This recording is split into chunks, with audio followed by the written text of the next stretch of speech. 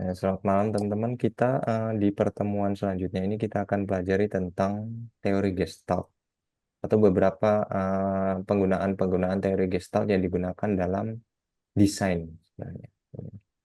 Jadi untuk pendahuluannya, Gestalt dalam bahasa Jerman berarti pola, bentuk, wujud, figur, susunan, dan penampilan atau struktur yang memiliki kesatuan. Jadi kata Gestalt ini berasal dari bahasa Jerman yang istilah dasarnya itu ya seperti pola, bentuk, atau wujud. Ini mengacu pada teori persepsi visual yang dikembangkan oleh psikolog Jerman tahun 1920-an. Dari teori psikologi, Gestalt ada teori yang menyatakan bahwa seseorang akan cenderung mengelompokkan apa yang dia lihat di sekitarnya menjadi satu kesatuan utuh berdasarkan pola, hubungan, atau kemiripan. Jadi kesimpulannya atau istilah gampangnya ini sebenarnya teori Gestalt ini adalah suatu pemahaman psikologis manusia yang dimana dia itu kalau melihat sesuatu itu, entah itu sesuatu yang bergerombol atau sesuatu yang dekat, dia itu otak kita sebagai manusia itu memiliki kecenderungan untuk mengelompokkannya, membuatnya itu menjadi satu. Misalnya kayak ada orang yang dekat, maka nanti dia itu kecenderungannya kita melihat sebagai satu buah kelompok, gitu ya. Nah, berdasarkan apa aja kok kita bisa melihatnya sebagai sebuah satu kesatuan atau kelompok, yaitu berdasarkan beberapa prinsip-prinsip. Nah, prinsip-prinsip Gestalt menjelaskan kapan dan bagaimana pikiran-pikiran manusia menerima komponen visual yang berbeda-beda sebagai bagian dari grup atau kelompok yang sama. Intinya, dari bagian-bagian itu kita melihatnya sebagai satu buah kesatuan kelompok. Itu ya. Nah, untuk eh, teori yang pertama adalah proximity. Bisa minta tolong dibacakan. Siapa dulu bebas? Apa ini? Saya deh, Pak, ya. Iya. Proximity adalah prinsip Gestalt yang berkaitan dengan jarak dalam pengertian suatu visual baik elemen maupun objek dipersepsikan sebagai satu kelompok ketika mereka diletakkan berdekatan. Fungsi proximity dalam desain grafis yang pertama yaitu mengelompokkan informasi visual, tujuannya untuk memudahkan audiens dalam melihat keseluruhan desain dengan lebih cepat dan nyaman. Yang kedua, memberikan keteraturan pada layout, pengelompokan elemen desain membuat layout menjadi rapi atau tidak berantakan dan tidak berebut fokus perhatian. Dan yang ketiga, menciptakan hierarki visual yaitu mengarahkan pandangan mata secara berurutan menurut tingkat kepentingan informasi. Oke. Jadi secara sederhananya ini sesuatu yang kita lihat kebetulan berdekatan itu kecenderungannya kita melihatnya sebagai satu buah kelompok. Contoh yang paling gampang ya ketika mungkin kalian sedang di kelas misalnya ya. Dulu pas sekolah itu ada kelas 1A, kelas 1B. Itu karena kalian melihatnya dalam satu kelas itu berdekatan, maka pikiran kalian itu mengelompokkannya menjadi satu buah kesatuan, oh kelas 1A. Kemudian di sebelahnya lagi satu kelompok, oh kelas 1B, dan seterusnya seperti itu. Jadi sesuatu yang berdekatan, otak kita itu mencernanya sebagai satu buah kesatuan kelompok, gitu ya. Contohnya seperti apa kalau di desain? Ya, ada beberapa dari bentuk-bentuk yang kebetulan berdekatan, itu kita melihatnya sebagai satu buah kesatuan. Sehingga mata kita secara psikologis itu melihatnya sebagai satu kesatuan bentuk. Misalnya saya tanya di sini, figur di sini kita lihat sebagai satu buah kesatuan, ini mirip kayak apa?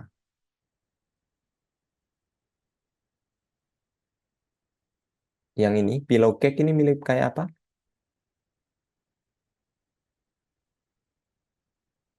Pillow cake Anjing mirip nggak sih, Pak? ya anjing. Kemudian yang di tengah, Rusak. rusa. Kemudian yang di sebelah Ya. kanan, Oh, huruf U huruf dari O. Unilever gitu ya. Dan yang paling bagus memang dari segi Unilever ini. Karena di sini sebenarnya kita melihat berbagai macam bentuk objeknya yang memang benar-benar berbeda. Kayak ada cipratan air, lebah, pohon kelapa, kemudian ada ikan. Ada daun, ada bibir, ada burung, ada es krim segala macam. Karena letaknya berdekatan dan begitu rapi gitu ya, maka kecenderungannya kita tidak melihat ini sebagai bagian yang parsial, tapi bagian yang utuh secara psikologis gitu. Maka ini bisa membentuk huruf U dari Unilever gitu ya. Misalnya ini juga sering juga kalau misalnya pedoman kayak gini digunakan buat apa? Itu biasanya digunakan buat UI UX. Misalnya kalian sudah sering gunain apa? Microsoft Word yang paling gampang. Maka nanti ada kecenderungan untuk tombol-tombolnya itu akan berdekatan sesuai dengan kelompoknya masing-masing. Ada tombol yang di sebelah kiri untuk apa namanya itu menunjukkan kursor, kemudian edit apa segala macam. Nah, itu didekat-dekatkan sesuai dengan kebutuhannya masing-masing. Karena kecenderungannya kalau kita melihatnya berdekatan, kita menganggapnya sebagai satu kesatuan. Gitu ya. Itu kalau di UI UX. Di logo juga seperti itu. Mungkin kita dapat kerjaan untuk membuat sebuah logo. Kemudian nanti kita bisa membuat beberapa proses-proses kreatif dari logo itu tadi. Misalnya yang ini berdekatan, kita melihatnya seperti layaknya sebuah wajah. Padahal di sini ya tidak pure wajah, ini aja bibir, ini kayak segitiga dan ini gelas. Tapi kita melihatnya sebagai satu kesatuan wajah gitu ya. Oke, untuk hukum yang kedua, minta tolong dibaca. Yang lainnya gantian. Mau Mas Yudo, silakan.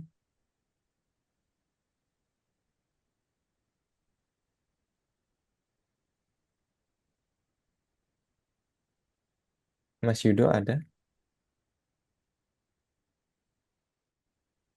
Saya ada ya Pak, Ya, boleh, boleh. izin. Raffi, silakan Oke, Raffi. Ya, Mas Raffi.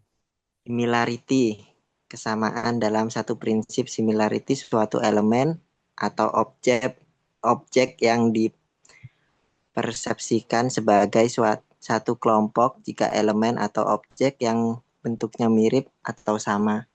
Prinsip similarity dapat dipicu dalam menggunakan warna, orientasi, tekstur, dan bahkan huruf.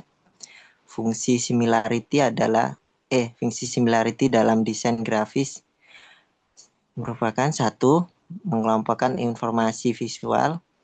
Pengelompok informasi visual ini terkait dengan elemen desain, warna, bentuk, huruf, di mana yang serupa akan dilihat sebagai sebuah kelompok.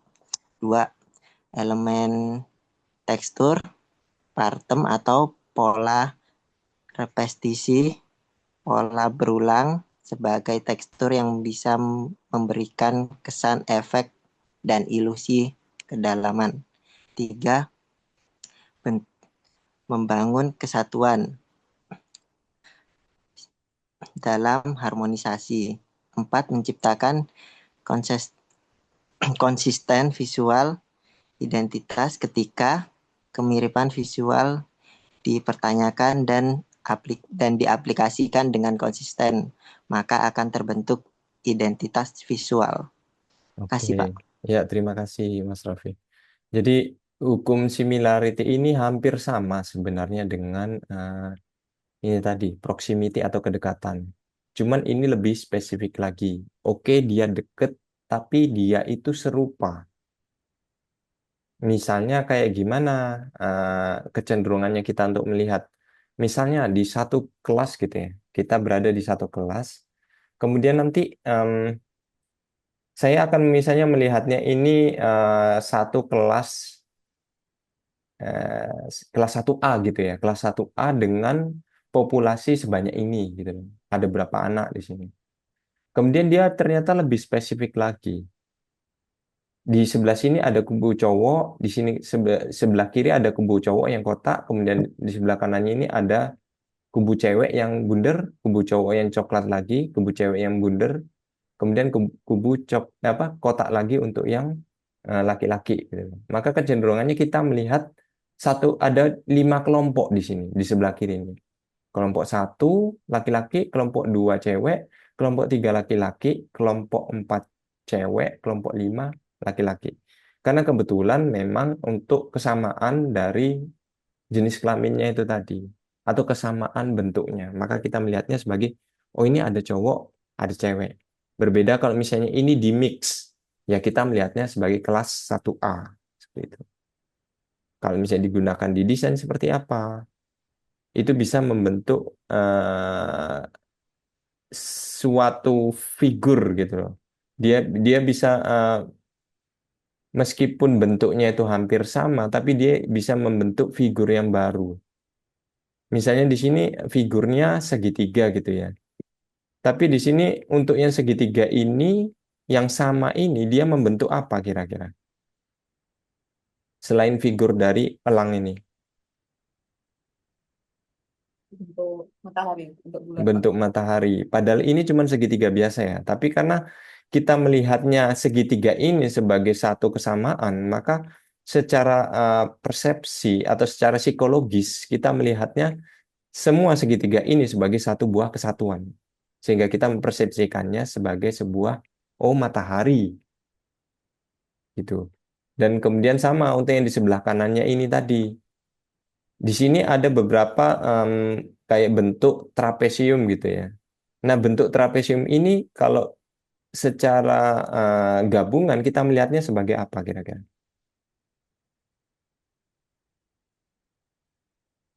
Kalung. Eh, bukan bukan pesawat, Pak. Ya, kayak kacanya pesawat gitu ya. Ya. Ya, karena kita melihatnya ini sebagai satu kesatuan, padahal ini bentuknya trapesium. Tapi kita secara psikologis kita melihatnya satu kesatuan dan terbentuklah sebuah kayak kaca gitu loh. Dan ini ternyata kalau kita lihat lagi secara keseluruhan utuh, maka nanti ini bisa membentuk figur pesawat gitu ya. Ya. Kemudian untuk hukum yang ketiga, siapa minta tolong dibaca lagi yang lainnya? Mas Yudo atau Miftahur?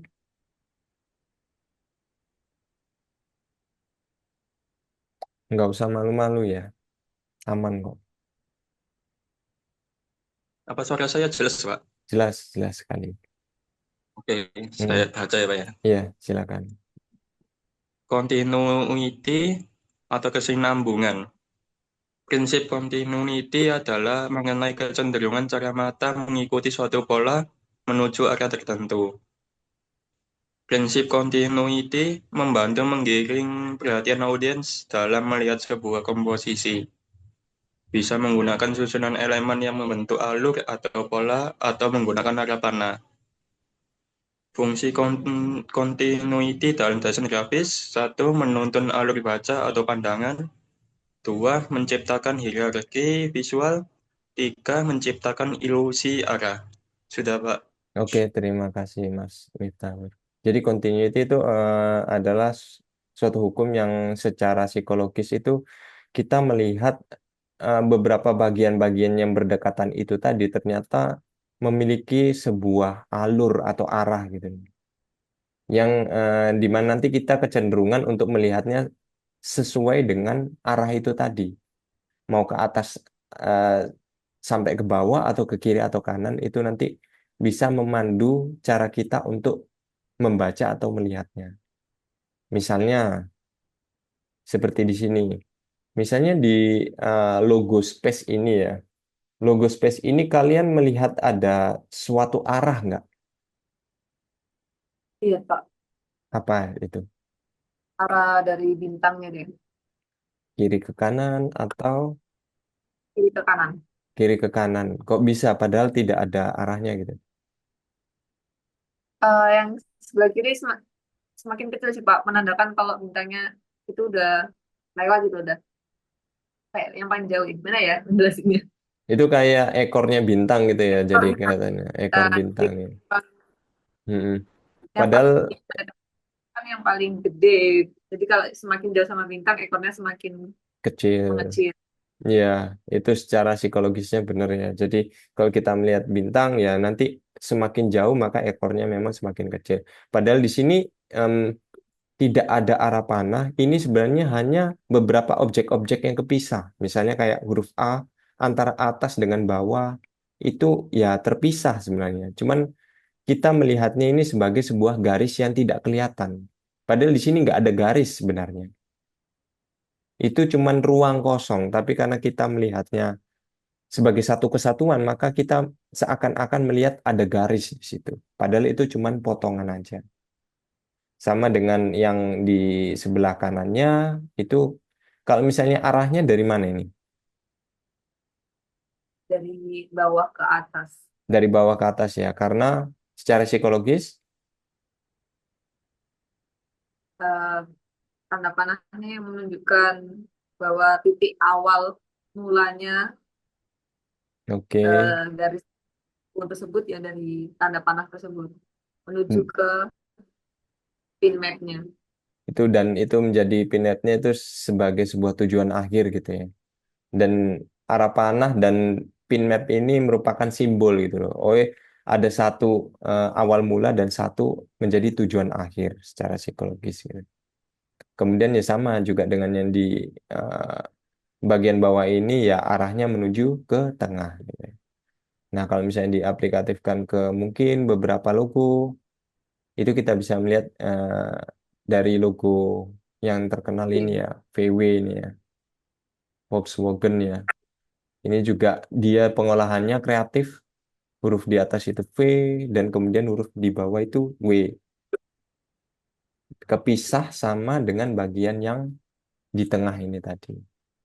Kemudian untuk yang logo Clean and Run ini, meskipun terdiri dari dua buah garis lengkung yang berbeda, satu warnanya hitam, satu warnanya sedikit abu-abu ya. Tapi kita melihatnya sebagai satu kesatuan arah yang dari kiri menuju bundar kemudian ke kanan ini tadi.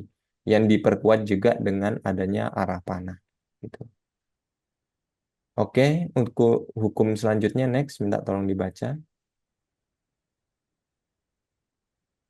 Tadi bisa Mas Yudo atau Mas Ardi.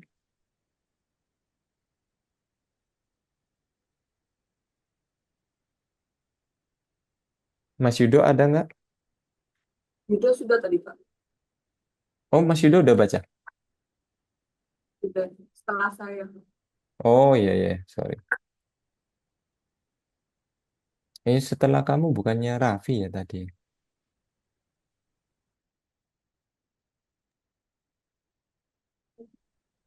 Raffi tadi yang baca itu. Iya Raffi ya. Kamu setelah Laili ya. Mas Ardi ada? Ya, Iya, minta tolong dibaca ya. eh, closure penutupan. Closure merupakan suatu kecenderungan pikiran yang melengkapi bagian yang hilang atau kosong dalam suatu komposisi. Kita melihat elemen sebagai kepunyaan dari grup yang sama jika mereka adalah bagian dari sebuah bentuk. Pikiran akan secara otomatis mengisi bagian yang hilang dan melengkapi bentuk. Fungsi closure dalam desain grafis menggiring persepsi objek visual audience, membantu penyampaian pesan atau informasi, efektivitas dan efisiensi komunikasi. Oke, terima kasih. Jadi closure ini juga salah satu yang termasuk keren juga ya untuk hukumnya, di mana kita melihat sesuatu yang sebenarnya itu tidak tidak utuh menjadi sesuatu yang utuh atau tertutup semuanya. Misalnya di sini sebenarnya terbentuk dari garis-garis aja, ada garis segitiga, garis lurus, kemudian garis segitiga lagi, garis lurus. Tapi kita melihatnya satu utuh sebagai yang di atas ini apa bentuknya? Segitiga ya. Kemudian yang di tengah ini bentuknya, yang di sebelah kiri bentuknya apa? Tengah, Lingkaran Pak. lingkaran. Kemudian yang di bawah kotak ya. Padahal ini dia itu tidak menutup sepenuhnya, tapi otak kita itu bisa melihatnya sebagai satu kesatuan yang utuh gitu. Yang paling terkenal dan paling famous apa ini? Logo apa? Sering lihat ya? Apa ya logo panda ya? Nggak pernah tahu logo Bisa. ini ta? Loh, alah ini logo legend perasaan dari zaman dulu ini udah ada. Jadi ini logo WWF itu kayak pecinta apa ya? Kayak aliansi atau perkumpulan untuk asosiasi untuk perlindungan hewan gitu loh. Hmm. Mm-mm. Jadi logonya ini kayak semacam apa ini? Panda ya. Padahal kalau kalian lihat di sini apakah tertutup untuk pandanya? Bentuknya juga kayak apa namanya itu? Tertutup semuanya kayak bentuk Salah. panda nggak? Nggak ya, padahal di sini ruang kosongnya ini banyak di bagian atas, bagian cuman kelihatan cuman ya telinga, matanya, tapi dia bisa menciptakan sebuah visual yang menarik dan ikonik hanya dari segi ini aja beberapa bentuk gitu loh. Yang dimana ini sebenarnya menjadi proses kreatif yang bisa kalian terapkan suatu saat kalau misalnya kayak kalian mau disuruh bikin logo nih, bikin logo tentang sport, mobil sport, atau bikin logo tentang roti, tentang makanan, tentang kuliner, sate, apa segala macam. Nah, mungkin kalian bisa bermain visual-visual yang nggak mesti niru aslinya secara utuh gitu loh. Mungkin hanya bentuk-bentuknya seperti ini, tapi secara identitas itu udah bisa ketangkep gitu. Oh, ini secara tertutup bentuknya si panda. Dan kemudian di sebelah kanan ini ada yang nggak kelihatan ini kayak apa di bagian tengahnya ini. Keli- Kalian melihatnya Ya, apa? segitiga, Bang. Ada segitiga yang tidak tampak ya. Tapi kalian bisa melihatnya ya. Bisa. Memotong antara atas ini ke bawah, segitiga ke bawah gitu. Padahal ini kalau diomongin ada garisnya nggak ada. Cuman karena bentuk lingkaran ini ada segitiganya, mata mata kita itu bisa melihat sebuah garis yang tidak kelihatan. Sama dengan di bagian bawahnya ini tadi. Karena permainan visual yang begitu apik, maka kita bisa melihatnya ini sebagai sebuah apa ini kira-kira? Kelihatan 3D nggak? Kelihatan. Kelihatan 3D ya. Berbeda dengan yang si ini tadi. Nah ini, lingkaran ini 2D kan?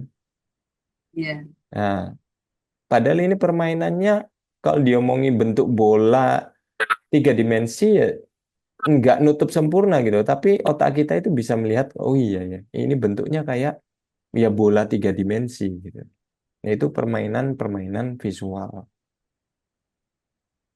Sama dengan misalnya yang paling sederhana dari bentuk panda.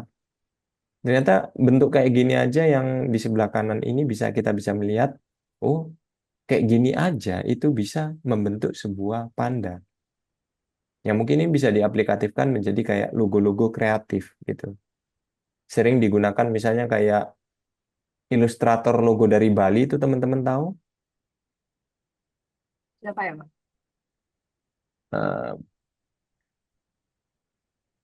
Bocah desain atau apa gitu. Yang dia itu sering bikin logo-logo tapi dia asalnya itu dari Bali. Dia itu sering bikin logo-logo yang kreatif. Aduh, saya lupa itu namanya. Cuman dia permainan-permainan yang seperti ini gitu loh. Secara psikologis-psikologis yang sederhana, tapi bisa merepresentasikan dari objek visualnya gitu. Nggak mesti logo-logo yang kompleks. Misalnya kayak ini juga yang kita bahas beberapa aja. Misalnya yang paling legend juga kayak logo Carrefour ini. Apa hidden hidden gem yang ada di logo Carrefour ini apa yang bisa kalian lihat tapi nggak kelihatan? Huruf C-nya, Pak. Huruf C. C dari Lengkungan ini yang dari kanan seperti di atas. ya dari atas ke bawah gitu ya huruf C. Yang ternyata itu tidak semua orang itu bisa melihatnya gitu loh. Kalau di situ ternyata ada huruf C. Tapi setelah diperhatikan lagi, oh iya, ada huruf C.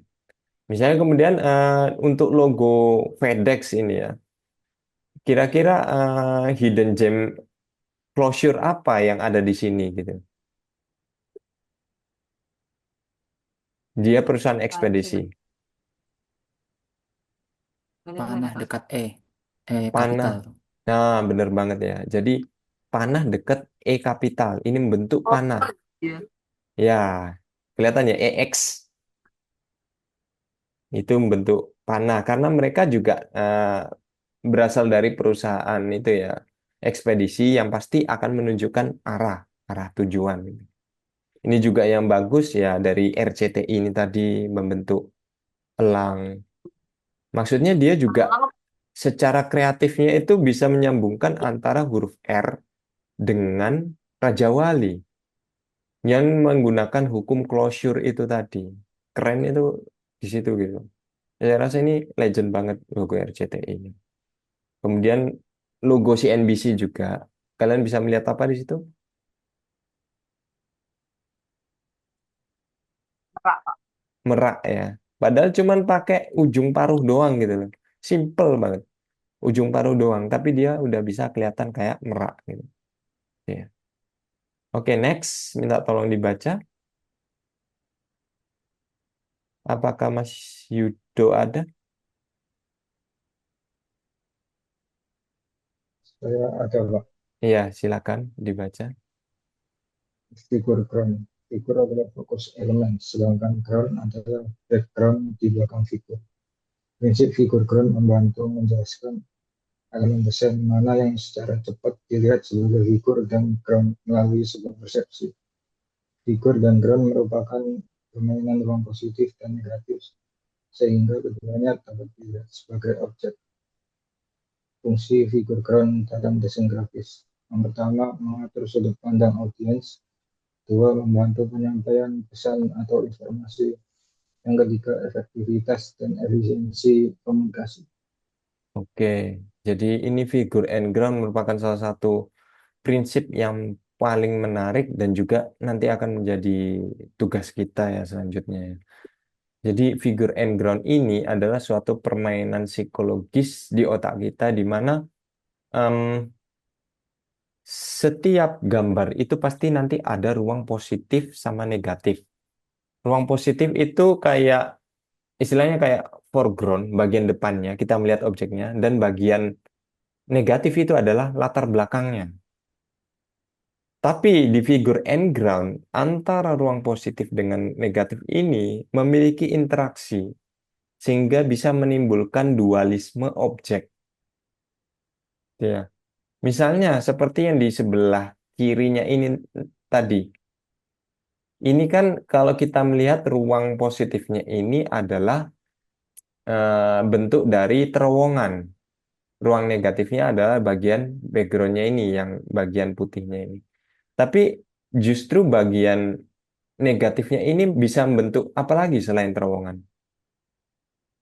Figur apa lagi yang terbentuk di situ? Figur kepala bapak-bapak. Kepala orang ya, kepala bapak-bapak gitu ya. Yang bisa kita lihat dari kepalanya, hidungnya, dan kemudian Ada dari bibirnya. Padahal ini juga sendiri untuk yang figurnya ini ya membentuk objek kakek-kakek juga gitu. Tapi kita bisa melihat objek lain selain itu. Untuk yang lebih jelasnya lagi seperti apa? Misalnya yang paling sederhananya adalah seperti ini. Kalau di sebelah kiri kecenderungannya kalian melihat objek gelas. gelas. Kalau di sebelah kanan Dua wajah manusia. dua wajah manusia ya. Dan ini bisa juga ketukar-tukar. Ketukar-tukar sebenarnya ada yang melihatnya sebagai pertama itu figur manusia, yang kedua cawan. Itu tergantung dari eh, pemikiran di Persepsi. otak kita, persepsi, kemampuan kita untuk mengolah pikirannya itu, mempersepsikannya itu seperti apa. Dan di figure and ground ini terjadi semacam kayak dualisme di situ. Dualisme bentuk. Karena adanya permainan antara ruang positif dan negatif. Seperti ini.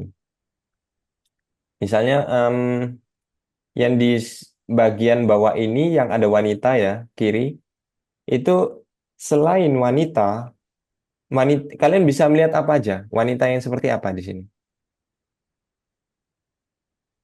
Wanita yang nengok ke belakang. Oke. Kemudian ada objek lain nggak? Ada. Ada yang tahu objek lainnya selain wanita noleh ke belakang?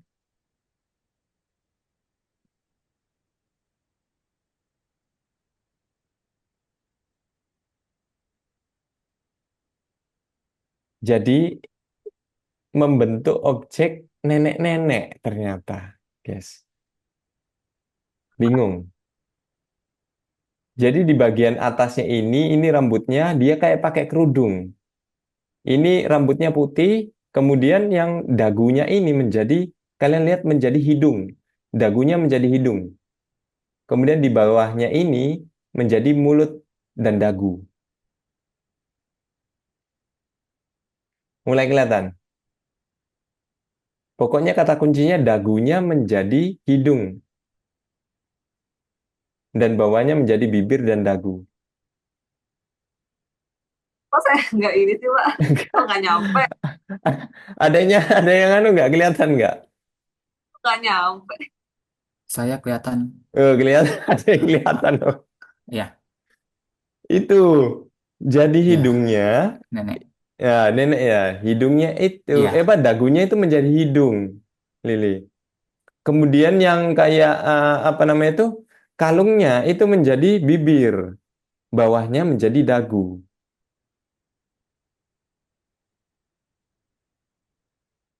Masih bingung? Ya wis, nanti dipentelengin Ya, aja. atau Yes. gitu lah, Pak. Ya udah. Kalau figur yang tidak terlalu aneh ya, yang sebenarnya yang paling jelas ini bagian yang tengahnya di sebelahnya. Ada berapa figur yang ada di situ?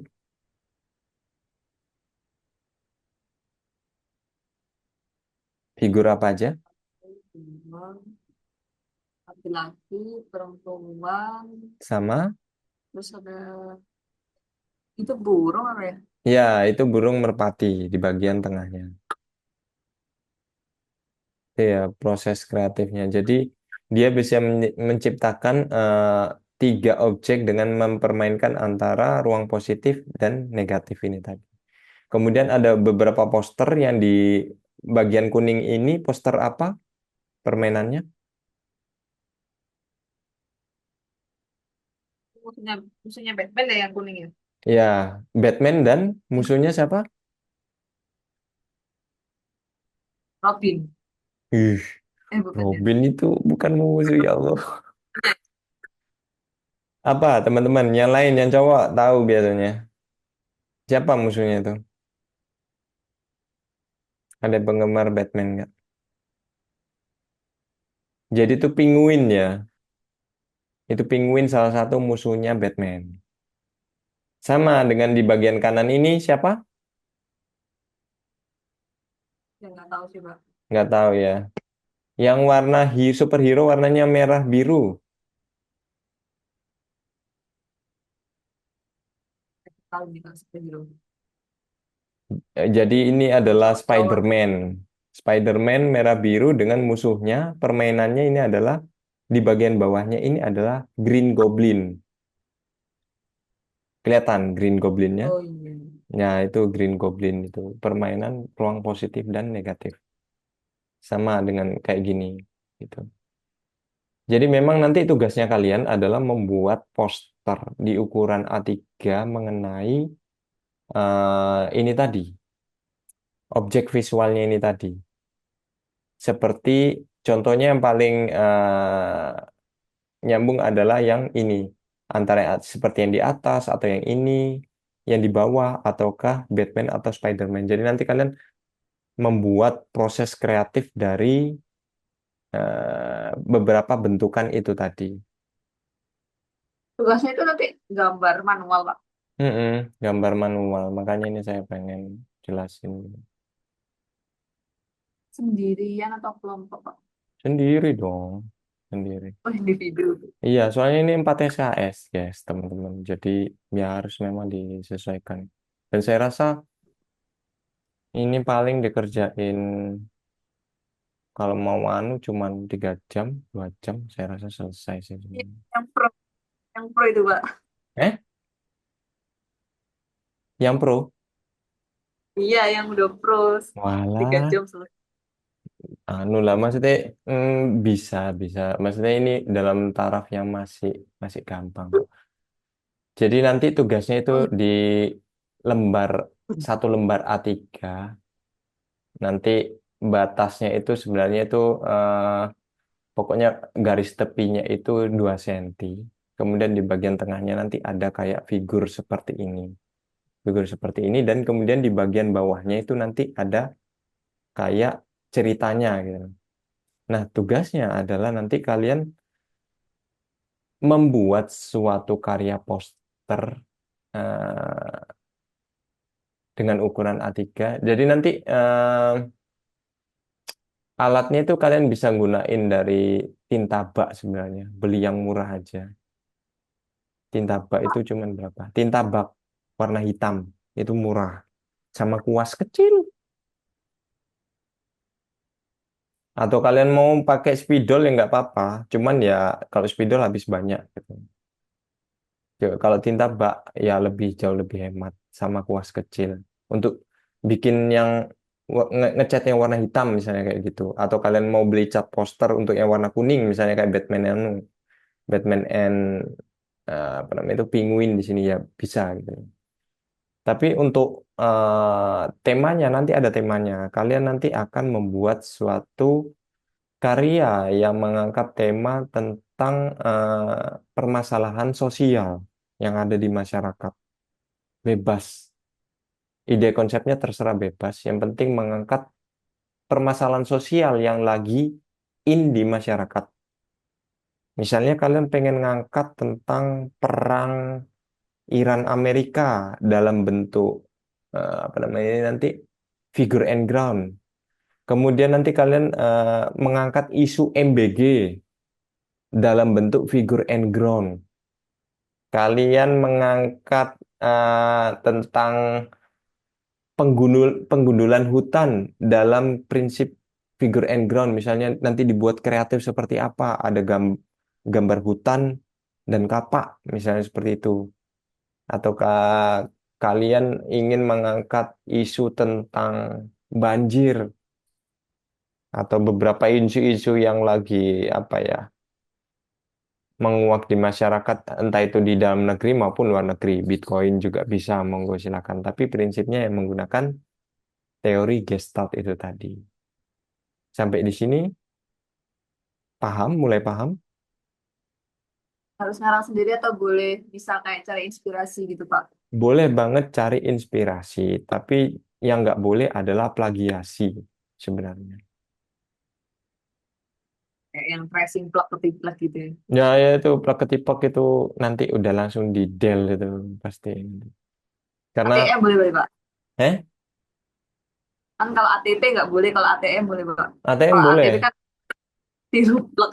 Ya, plak ketipok itu yang nggak boleh. Kalau misalnya ATM ya, misalnya kategorinya itu misalnya ada salah satu yang dirubah bentuknya. Misalnya kalau anggap aja lah isu permasalahan sosial tentang penggundulan hutan. Satunya pohon, satunya misalnya kayak kapak. Nah, kalau kita niru plek-ketiplek meskipun posisinya berbeda, tapi kalau kita niru antara kapak dengan bentuknya itu sama persis kapak dengan pohonnya itu tadi ya sama aja kita niru. Tapi kalau kita membuat pohonnya berbeda atau kapaknya berbeda, nah itu ya sudah sebagai sesuatu yang berbeda. Ya sama dengan plagiasi lagu gitu loh. Kalau lagu ya terlalu banyak bar yang ditiru ya sama aja terindikasi plagiasi gitu. Jadi amati boleh tapi tidak tiru secara keseluruhan visual gitu. Itu ada yang dirubah. Gitu ya. Mm-mm. Sampai sini ada pertanyaan nggak kira-kira? Sebentar. Pertanyaan di luar tugas sih, Pak. Hmm? Eh, kayak kan pertemuannya itu kan 2 pertemuan sebelum UTS dan maksudnya kayak tatap muka gitu loh, Pak. Mm-mm. 2 pertemuan sebelum UTS sama 2 pertemuan sesudah UTS ya. Nah itu tuh pertemuan yang dihitung tatap muka itu maksudnya yang Zoom kayak gini atau yang offline ya Pak? Kelihatannya yang offline kelihatannya. Cuman itu kalau nggak salah itu sebenarnya tiga, tiga pertemuan gitu. Jadi kalau kalau online tetap kan Pak ya kayak misalnya jadwalnya kapan itu berarti tetap Mm-mm. tiap hari. Ke, Tiap hari, maksudnya tiap hari. sebenarnya nggak tiap hari gitu ya. Sebenarnya itu tergantung dari kalau saya sebagai dosen pengampu mata kuliah memiliki kapabilitas untuk dalam ya apa caranya dalam 3 pertemuan atau 2 pertemuan ini saya kasih semua ilmunya ke teman-teman, terus teman-teman terima ya bisa-bisa aja. Tapi saya akan kembalikan lagi ke teman-teman apakah nggak mendem kalau misalnya nanti saya kasih semuanya gitu loh. Itu sih kategorinya. Tapi kalau sebenarnya saya ke kategorinya itu lebih ke arah wah ilmunya ini dapat nggak ya kira-kira. Tapi kalau teman-teman misalnya wis nggak apa-apa Pak, wis dirapel aja nanti cuman 2 kali pertemuan ya. Mungkin next yang besok akan saya rapel untuk semuanya pertemuan kalau mau gitu. Tapi ini saya coba kasih contoh aja untuk ternyata untuk satu pembahasan itu bisa kayak sebanyak ini gitu loh. Untuk teori Gestalt aja bisa selama ini gitu loh misalnya. Tapi mungkin nanti untuk yang next akan saya gabung. Saya gabung kok pasti. Gitu ya. Digabungkan. Mm-mm. Nanti saya gabung ya gimana caranya memang lebih cepat lah. Berarti mungkin kemungkinan besar bayangan saya mungkin antara 1 sama 2 kali pertemuan lagi. Itu Eh, untuk ini apa materi teori Gestalt sendiri nanti tetap dikasih nggak Pak? dikasih, tetap saya kasih. Heeh, Kayak gitu. heeh, tetap saya kasih kok, tenang aja. Kemudian bentar, wait, wait, wait.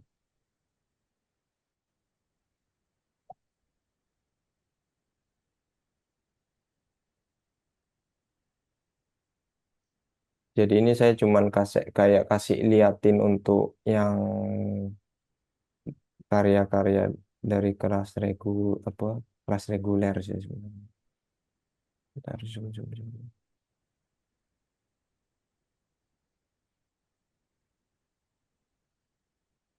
Jadi nanti kalian bikinnya kayak gini ya. Untuk apa namanya itu di bagian pinggir ini 2 senti, 2 senti ini ke bawahnya kalian nyesuaiin aja. Kemudian di bagian bawahnya ini nanti ada penjelasan dari karyanya itu tadi. Ya, ini, ya ini ada beberapa karyanya teman-teman sih. Tapi ini bukan yang khusus spesifik yang Gestalt itu.